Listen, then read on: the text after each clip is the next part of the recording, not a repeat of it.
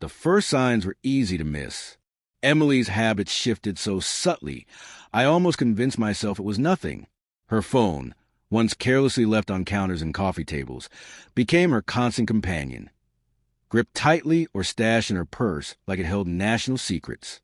Whenever a message buzzed through, she'd smile to herself, brush off my curiosity, and quickly change the subject.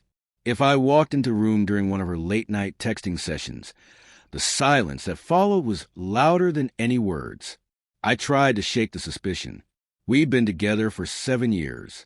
Sure, the spark had dimmed, but I believed in what we'd built. Still, something in my gut told me things weren't right. The distance between us wasn't just emotional. It was visible, tangible. A chill had entered our home, and no conversation or gesture could seem to thaw it. Then came the night she said she was going out with old college friends. I offered to drive her, hoping for a small connection, but she brushed it off like I was a nuisance. Just a girls' night, she said. You'd be bored. That was a fourth such outing in under a month, each time with a vague, recycled excuse. I didn't want to become someone who snooped, but doubt began to eclipse trust. Eventually, I slipped a small GPS tracker into her car. It wasn't something I was proud of. I just needed clarity.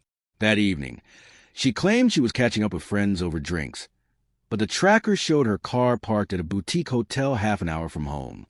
I drove there, parked at a distance, and waited in the shadows. 20 minutes passed before I saw her. She walked out with a man, tall, dressed in a leather jacket, his arm wrapped around her. Then they kissed, right there in the open, like I didn't exist. I didn't explode. I didn't confront her. Instead, I started documenting. I followed her movements quietly over the next couple of weeks, capturing what I could.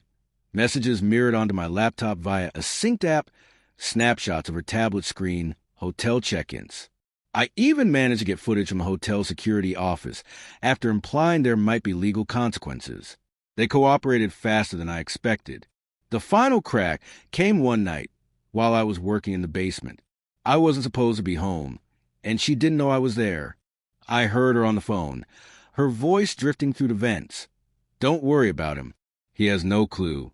And if he figures it out, you'll take care of it, like you said. She laughed. You're not afraid of my husband, are you? I couldn't make out the reply, but it didn't matter. Later, when she was showering, I checked her phone. There it was, his message. If your husband gets in the way, I'll handle it. He won't even see it coming. That was it. Not just betrayal, but a threat. Mockery. A man I'd never met talking about me like I was nothing.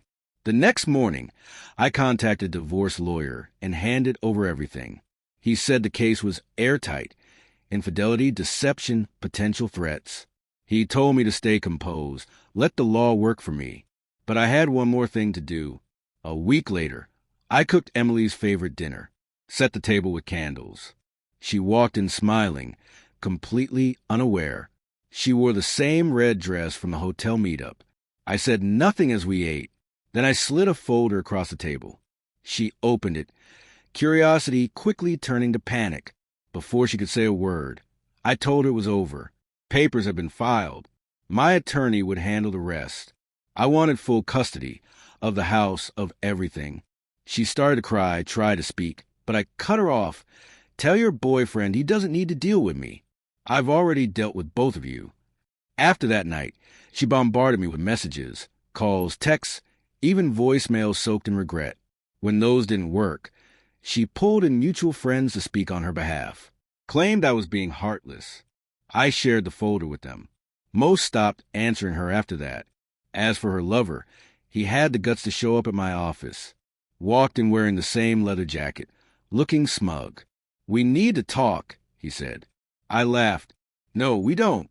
Then I handed him a copy of the restraining order. He stopped smiling. Security showed him out. He didn't say another word. The divorce wasn't quick, but it went exactly as I hoped. I kept the house. I kept the cat. I kept my peace. Emily was left with nothing but her own wreckage. I heard whispers that her new man ghosted her not long after. No surprise there. Let them talk if they want. I'm not looking back. I'm rebuilding stronger than before, focused, free and finally at peace.